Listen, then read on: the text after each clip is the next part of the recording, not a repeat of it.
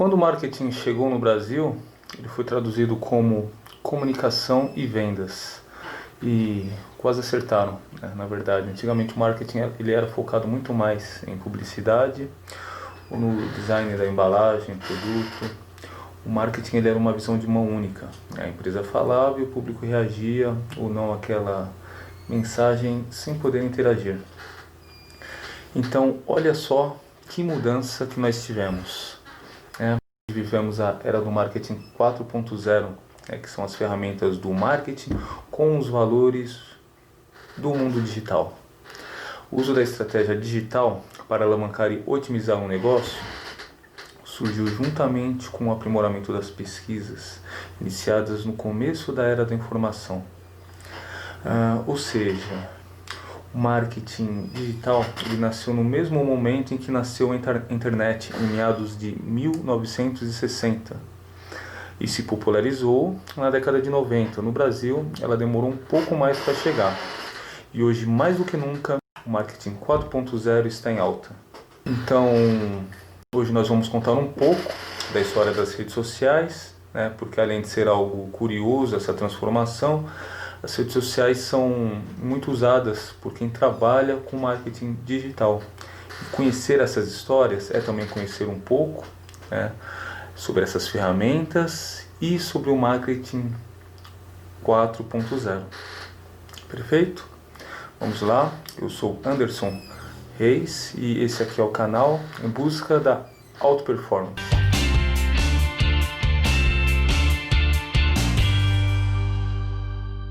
Considerada a primeira rede social da história, o Classmates.com nasceu em 1995.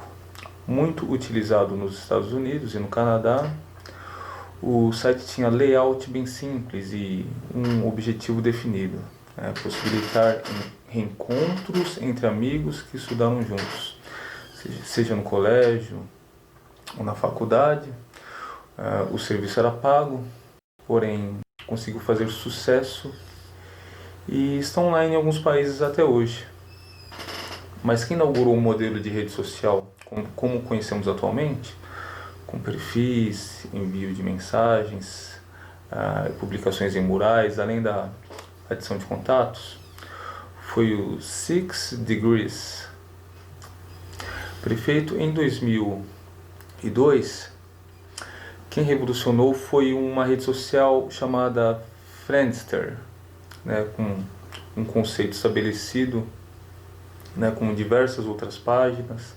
Eles tentaram se aproveitar da ideia para obterem destaque no mercado, mas nenhuma delas, né, fez assim tão grande sucesso como outras que nós tivemos posteriormente. Com 3 milhões de usuários cadastrados, o Friendster surgiu em 2002 e foi criado por Jonathan Abrams, no estado da Califórnia. Na época, muitas publicações importantes fizeram matérias sobre a página, e era mais baseada na técnica do círculo de amigos. A rede social alcançou um sucesso estrondoso no exterior, né, o que gerou uma proposta de compra de 30 milhões de dólares, né, que seria em torno hoje de mais de 100 milhões de reais. Né, e essa proposta ela veio do Google, né, e na época ela foi recusada. E acabou também causando seu fim posteriormente a isso, né? O servidor ele não suportava tantos acessos e a chegada incrível de concorrentes com mais recursos fez com que o site fechasse as portas alguns anos depois. Nós tivemos logo mais em 2003 um dos concorrentes, né, dessa rede social, o MySpace, né, como um site multimídia. Enquanto o Friendster ainda bombava, outras empresas decidiram investir no ramo, né, então nasceu o MySpace, né, considerado um dos pioneiros no sentido multimídia das redes sociais. A página foi criada em apenas 10 dias, né, como um clone do Friendster. Aos poucos ele tinha opções como updates de músicas, fotos, a presença de um blog para que os usuários poderem atualizar bem interativo mesmo, e deu certo. E em 2004, o MySpace já havia ultrapassado o Friendster e se tornar aí a grande mania daquela época. Perfeito, ainda em 2003, veio a criação do famoso hoje em dia, que nós conhecemos, o LinkedIn, né? Uma proposta totalmente diferente daquelas outras, que haviam vindo anteriormente. Então não tinha como objetivo reunir amigos, né? E ainda não tem, mas sim contatos profissionais. O LinkedIn ele faz bom sucesso ainda nos dias atuais. Agora, a primeira rede social a fazer sucesso no Brasil, essa é fácil, essa todo mundo já sabe, já conhece e sente que ela tenha terminado, foi em 2004, foi o Orkut. Veja bem, o Orkut e o Facebook foram criados em 2004, mas tem lá as suas diferenças. Em 2004, as épocas atuais até mesmo que uma fechou, né? Todo mundo sabe. O Orkut ele foi criado por um turco de nome Orkut. Eu vou escrever na tela, um nome bem complicado. Orkut Buyukotyan é o sobrenome dele. E ele trabalhava para o Google. O curioso é que para fazer parte do Orkut, os usuários precisavam ser convidados, né? No início foram convidados 600 pessoas ricas, né? E celebridades no Brasil. O Orkut ele não chegou a bombar nos Estados Unidos, mas aqui no Brasil ele foi um sucesso tremendo. Eu acredito que a maioria que está nos assistindo hoje lembra disso. Ele chegou a ter uma versão nacional em 2005, né, e começou a ser gerido, também foi um sucesso aqui no nosso país, pela filial nacional brasileira do Google. Curioso, alguns convites, né, para a rede de elite, né, no começo eram só 600 pessoas, elas convidavam as outras, né, e alguns convites eram vendidos na internet, né. Então o Orkut ele era para poucos, né, no seu começo. Eu fico pensando essa coisa de vender na internet, essa esperteza, né, e o brasileiro ele gosta de zoar, falar, brincar com o próprio povo brasileiro, né? Será que esse negócio de vender os convites era só aqui no Brasil? Interessante, né? Mas eu já te digo que não era. Logo mais a gente vai falar sobre isso daí. O Facebook, como todos nós conhecemos, foi criado por Mark Zuckerberg, né, e mais 3 colegas que estudavam no segundo ano da faculdade de Harvard. O objetivo inicial é que os alunos pudessem se comunicar, né, com estudantes de outras universidades aí das redondezas. Em princípio, possivelmente, eu acredito que ele criou para cantar as meninas. Eu tenho esse pensamento aí comigo. O nome dessa rede virtual era The Facebook, onde era possível criar laços de amizades virtuais. Em 2005 ele foi inaugurado. Em 2006 também podia ser usado por trabalhadores e empresas em geral. Logo depois ele foi liberado para maiores de 13 anos. A curiosidade é que na época antes do Facebook, o Zuckerberg e os colegas dele tentaram criar uma outra rede social. Aliás, eles criaram uma outra rede social que se chamava FaceMesh, onde conseguiam as fotos. Vejam só o que aconteceu naquela época. Eles conseguiam as fotos dos sistemas de segurança lá de Harvard e as colocavam na rede para escolher as meninas mais atraentes. Eles davam nota, rodava lá essas fotos entre os meninos lá da universidade e eles tinham essa brincadeira aí, da nota para as meninas mais atraentes, né? O que logo despertou a fúria aí das meninas e dos reitores, né, dos executivos lá da faculdade. O povo realmente deve ter ficado bravo, uma barbaridade. Eles sofreram uma série de acusações, como violação de privacidades, né, e alguns outros problemas aí. Isso aí é já naquela época. Imagina se fosse hoje, né? No Brasil já é uma loucura já. Não só os movimentos feministas, mas as mulheres em geral, com a questão do empoderamento, com a independência, que é algo super, eu acho, algo super legal, que deveria ter está acontecendo já há muito tempo no Brasil, né, e realmente tem que existir essa igualdade de gênero. Ela ainda não existe, né, mas nós temos mulheres lutando aí por esses ideais, assim como homens também, né, que tem esse pensamento, como eu tenho, vocês aí também devem ter aí de igualdade. Perfeito? Logo mais em 2009 foi criado o WhatsApp, outra ferramenta aí de enorme sucesso, por um rapaz chamado Brian Acton, né, e pelo ucraniano Jan Koum. Me perdoem se a expressão não for essa, né? Meio inglês, meio brasileiro, o nome do cara é ucraniano. Vou escrever aqui em cima para vocês.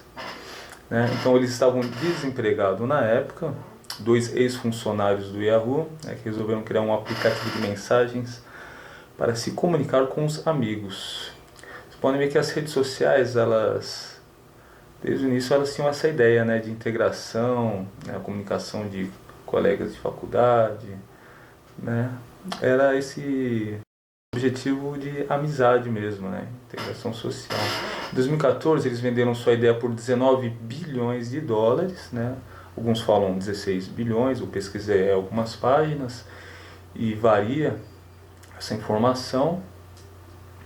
O WhatsApp chegou no Brasil no mesmo ano de seu lançamento, em 2009, mas apenas os usuários de aparelhos da Apple podiam usufruir do mensageiro. Perfeito? Os 2 sócios, além de levarem a bolada, continuaram trabalhando com Mark Zuckerberg lá no Facebook. O Brian Acton deixou a empresa em setembro de 2017, né, para abrir uma fundação sem fins lucrativos. Já seu outro sócio, o ucraniano lá, o Jan Koum, criador e CEO do WhatsApp, né, CEO, quer dizer, já lá dentro do Facebook, deixou o Facebook em 2018 devido aí a desacordos, né, sobre privacidade dos dados dos usuários aí junto com o Zuckerberg. Ele não concordava com algumas coisas, né? Os motivos da sua saída, né, seriam a estratégia do Facebook, né, pro app, e as tentativas aí da rede social, né, de obter dados pessoais, enfraquecer sua tecnologia de criptografia, né. A proteção das informações dos usuários é uma das principais bandeiras defendidas por Koum e Brian Acton, é um dos fortes até hoje, né. E desde a venda do app para a rede social, em 2016 inclusive, a empresa reforçou sua segurança criando um recurso aí de criptografia ponta a ponta. O assunto, no entanto, ele não foi abordado, né, na imprensa, né. O que a gente teve aí vazado foi a mensagem de Koum postada na sua saída em 2018, né, no seu perfil do Facebook. O que é que ele disse? Jan Koum, abre aspas, faz quase uma década desde que eu e Brian Acton começamos o WhatsApp. Foi uma jornada incrível com algumas das melhores pessoas, mas é hora de seguir em frente. Estou saindo em um momento em que as pessoas estão usando o WhatsApp de formas que nunca imaginei. A equipe está mais forte do que nunca e vai continuar produzindo coisas incríveis. Vou tirar uma folga para fazer coisas que gosto fora da tecnologia, como colecionar Porsches, carros e jogar Frisbee. Essa é a tradução que veio aqui para o Brasil. Né? Mark Zuckerberg, criador e CEO do Facebook, comentou na postagem de Jan Koum dizendo que vai sentir falta de trabalhar perto de uma das mentes por trás aí do WhatsApp. Abre aspas. Estou grato por tudo que você fez para ajudar a conectar o mundo e por tudo que você me ensinou, incluindo encriptação e sua habilidade de tirar o poder dos sistemas centralizados e colocá-lo de volta nas mãos das pessoas. Esses valores sempre estarão no coração do WhatsApp, afirmou Zuckerberg. Com a saída de Koum, o WhatsApp não tem mais nenhum representante aí, nenhum de seus cofundadores, né, trabalhando no Facebook. Enfim, o Facebook se popularizou em 2012, mesmo ano em que comprou o Instagram, que surgiu em 2010. E em 2014, o Facebook comprou o WhatsApp. Em 2014, o Orkut.com encerrou suas atividades. Foi uma grande perca. O povo brasileiro realmente gostava aí do Orkut. Tentaram salvar o Orkut com a criação do Google Plus. Ele já existia nos Estados Unidos muitos anos atrás, mas aqui no Brasil foi conhecido como um possível substituto do Orkut, que perdurou aí por mais alguns anos, mas não deu certo. O Google Plus, na verdade, ele foi criado em 2011, nos Estados Unidos, concorrente direto do Facebook. No Brasil cresceu um pouco na tentativa de substituir o Orkut. E ele não apresentava muitos diferenciais. Em algumas ferramentas elas tinham alguns nomes complexos, precisavam até mesmo serem pesquisadas, como Hangouts, Círculos, e etc. A companhia tinha Orkut na época, mas a rede social jamais engrenou fora do Brasil e da Índia. A Índia fez um sucesso também. Aqui era o contrário. O Google Plus não chegou a engrenar como o Orkut. O Orkut fez um sucesso estrondoso aqui. A proposta do Google Plus era seguir um caminho mais próximo do que o Facebook oferecia, como um feed similar, composto por publicações de páginas e amigos. E seu lançamento foi fechado para quem tinha convites também, assim como era a proposta do Orkut. A proposta do Google Plus era igual, que por si só, essa proposta ela atiçava a curiosidade das pessoas, nessa questão dos convites. E eles chegaram a ser leiloados no eBay, não só no Brasil, nos Estados Unidos tinha essa coisa aí de leilão também. Tem esperto lá também. Não sei se é legal, ou não, mas acontecia. E a empresa chegou a interromper completamente o acesso a novos usuários por alguns instantes por causa da alta demanda. Nos Estados Unidos foram milhões que aderiram ao Google Plus. Em somente 4 semanas, para vocês terem uma ideia, a plataforma já contava com 25 milhões de usuários. Era um início promissor no começo. Nos Estados Unidos foi uma grande ferramenta aí de rede social, integração. No entanto, logo esse entusiasmo se dissipou.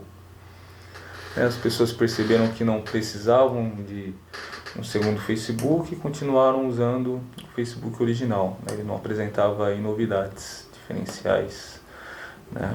Isso transformou o Google Plus em uma cidade fantasma. Em pouco tempo, ele acabou aí tendo o fim da sua vida útil, em meados de 2019. Bom, perfeito. No entanto,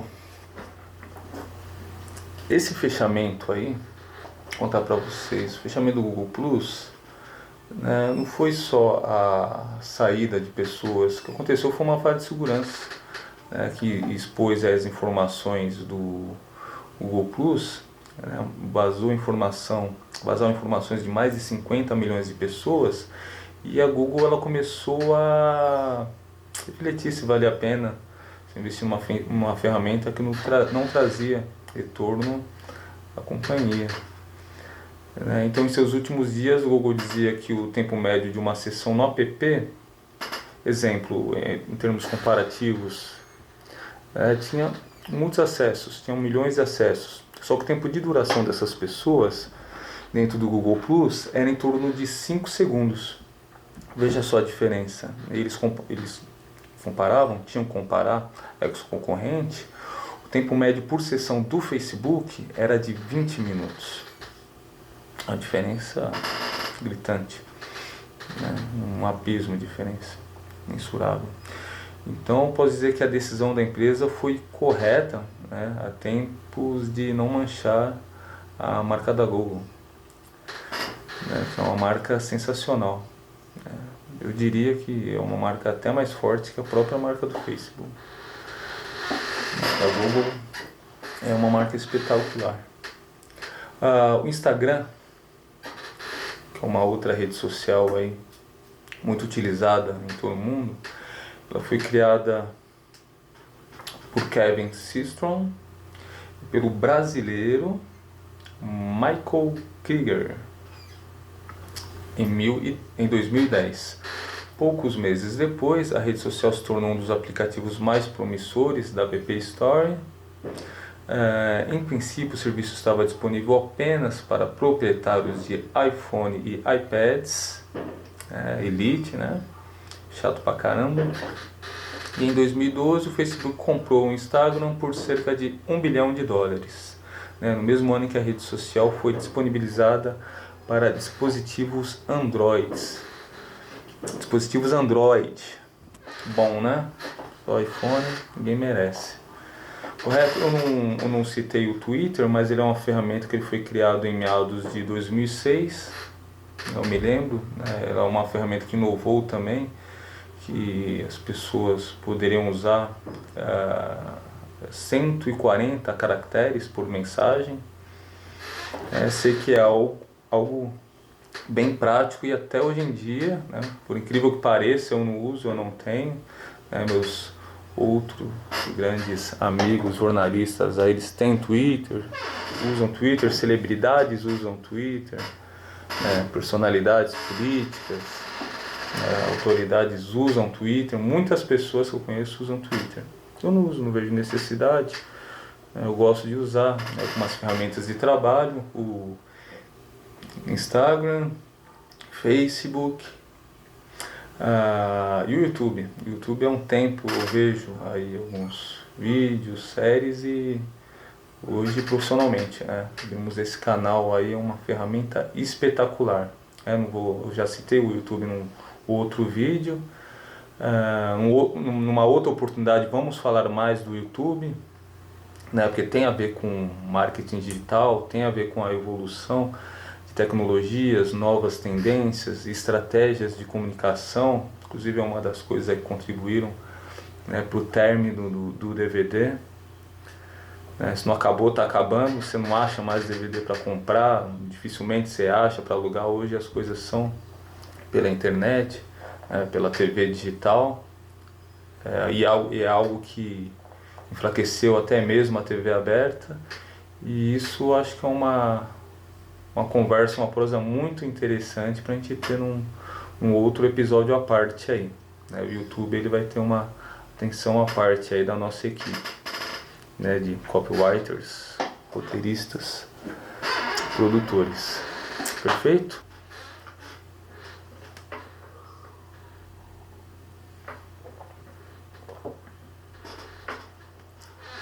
E agora nós vamos então para a dica de hoje, né, que é a dica que nós deixamos em todos os vídeos no final, para que você possa usar aí no seu marketing profissional, seja ele individual ou na sua empresa, correto? Falando de marketing digital, tem também uma ferramenta que nós usamos para estratégia, muito importante, né, para alavancar as visualizações, né, dos sites, campanhas comerciais. Eu estou falando da aplicação de keywords, palavras-chave, para indexar materiais publicados. Ela é uma ferramenta indispensável e tem que ser muito bem planejada, muito bem usada. Isso é feito com o intuito de ser encontrado em ferramentas de pesquisas populares, né, como o Google, com o objetivo de impulsionar a demanda sobre os serviços prestados, angariar novos clientes e, consequentemente, lógico, gerar mais lucros à empresa. Levando em conta que, atualmente, a internet é a principal ferramenta utilizada quando se pretende procurar não só informações, mas também prestações de serviços. Tudo que as pessoas precisam hoje em dia, a grande maioria das vezes elas estão procurando aí na internet, seja no Google ou em outras ferramentas aí. Você precisa de uma coisa, seja um encanador, seja alimentação, carro para alugar. A maioria das pessoas estão pesquisando aí na internet, né? Coloca lá a palavra-chave, encanador, próximo, região, pizzaria aberta. Então essa é uma ferramenta indispensável para a sua estratégia de marketing digital. É importante você estar aprimorando ela dia a dia e não pode deixar de ser usada, correto? Nem por você, nem por sua empresa. Então é essa dica aí que a gente está deixando hoje. Obrigado por nos acompanhar até o final do vídeo e até a próxima. Um grande abraço.